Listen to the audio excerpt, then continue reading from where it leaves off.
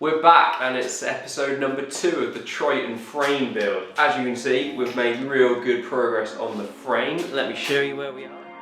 Second frame rail that we made in the first episode is now mounted to the jig. I've actually tacked it onto the headstock. We're happy with where it lies. So these top rails are actually now finished. We've obviously made this second rail to match. The clamps that we made are all finished and all done. We've got one at the bottom, one at the top, which is holding it nicely in place. And then obviously that tacked headstock. Next job on the list is to make the bottom rail section. It's going to come under here, under the bottom, and then straight up to the top and up to the meat of the headstock. The frame design of these Triton frames actually goes through the frame and then welds onto the headstock here.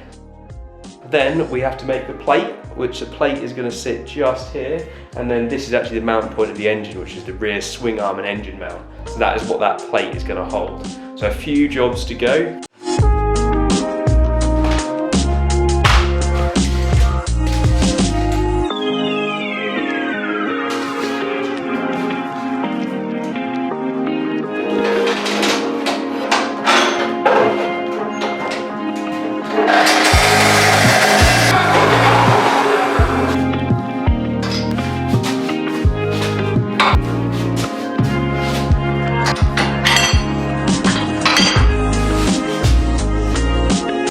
That's the first bend of this bottom rail done. A real simple 90-degree bend. Didn't matter where it started because I'm going to have to cut it later anyway. So we just threw it in the pipe bender, got a 90-degree bend on it, sorted. I've actually also done the second one as well, so that's nicely and done. I'll just show you where this will go. So this is where the frame rail is going to sit. It's going to be parallel with the top rail, and then it's also going to sit just underneath this crankcase. Sit just inside, and obviously not proud of the actual cover, but just inside the crankcase. So the joining of the two halves of the frame is going to be made in line with the back engine mount and the swing arm pivot. There is a reason to that, because we're going to have to weld it's going to be an 8mm plate of steel, which is what will then join to this hole. It will then join the mounting point, the pivot point, the rear engine mount. That is actually going to run directly over the join of the two frames. So usually, best practice, you want to make it out of one whole section. But because we're going to have a nice big bit of 8mm sheet running along the side of this frame to mount to the back engine mount, it's going to be going directly across that join. So we've got no problems in terms of strength with the join. It's going to be the strongest part of the frame by far. So we need to offer up this on the frame, find out exactly where we're going to mount it, and then what we need to do is make a slug. So basically what a slug is, I'll draw it for you.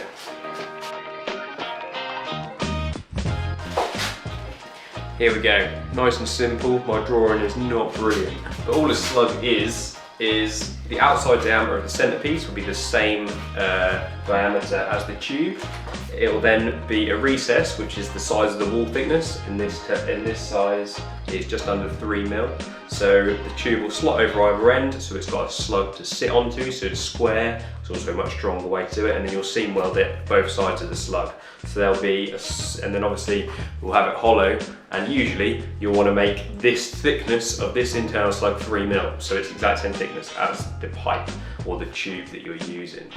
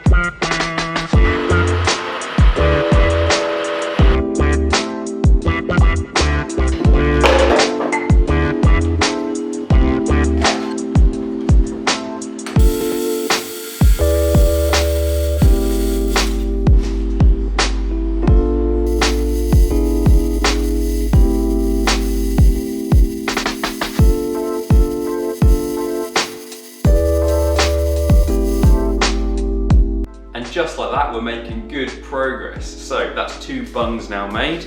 Let me focus you on there. So 2 bungs made. I've got one on the bike, which is already mocked up with the lower tube, cut and shaped to size. Let me bring you off here.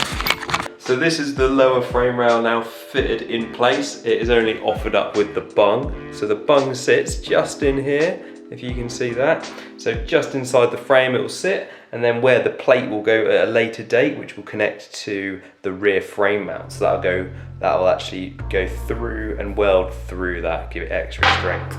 So we've got one side now mocked up.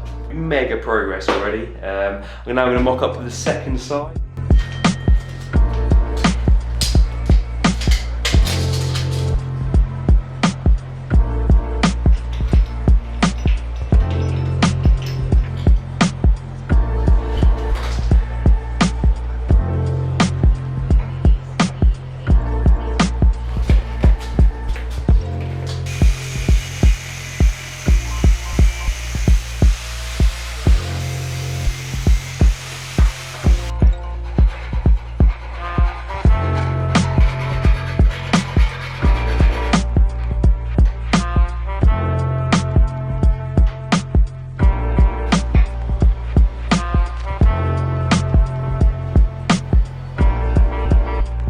Just seen me mock up the second side, that's all fixed in. I'm now just going to give these a quick tack on so the top half won't slip and rotate, and then it'll be on to the second bend.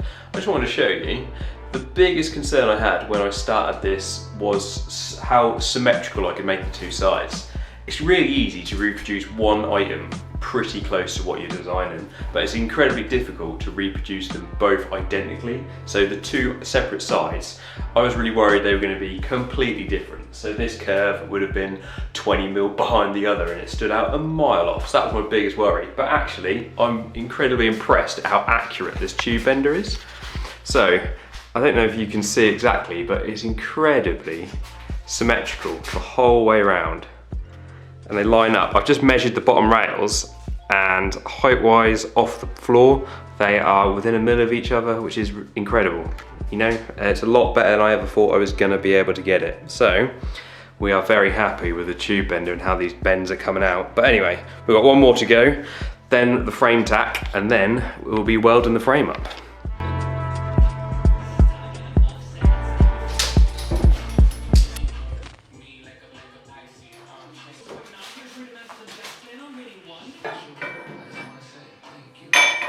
So I've worked out where the bend is going to be on this bottom tube. I'll show you some extremely boring but exciting maths. So this is a representation of the center of our bend. So from the point here, so from the join in the frame all the way along, and then where it's going to go up to the headstock.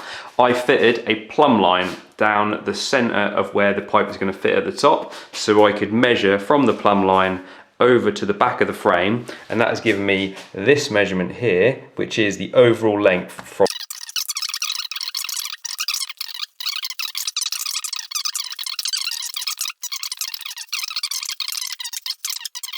going back to this bit, the 165, which is the arc length, plus the thickness of the tube, so it's from the back section, is 520. So the bend is going to start 520 mils from the very back edge of the tube. Simple. I've marked out my tubing, I know where my bend is, but I've come up with another potential issue. When this is on the frame, it's got to, so imagine how wide the back end is, 300 mil, about this wide. And then it's got to taper in and then go up to the headstock, which is obviously only 40 mil wide where it's going to mount. So you've got to go from that 300 right down. In the traditional frame, they just angled the rails in, but because of the newer frame is much wider. All bikes are now much wider, it's a stiffer way of doing things. It's coming from a much bigger angle out, so that taper will be huge. And I think it's going to look stupid. So I'm going to actually change the bend angle on the tube. So traditionally it'd be straight and they would just turn the tubes in, whereas I'm actually going to put a bend in the, how should I phrase this? I'm going to angle the bend on the tube in relation to the other bend. So they're going to be slightly offset. So rather than be like that, it'll be like that. So I'm only going to do it by 5 degrees, but I worked out that's going to bring me in 60 mil, which is a difference between the old frame and the new frame on the tube. Let's give it a go.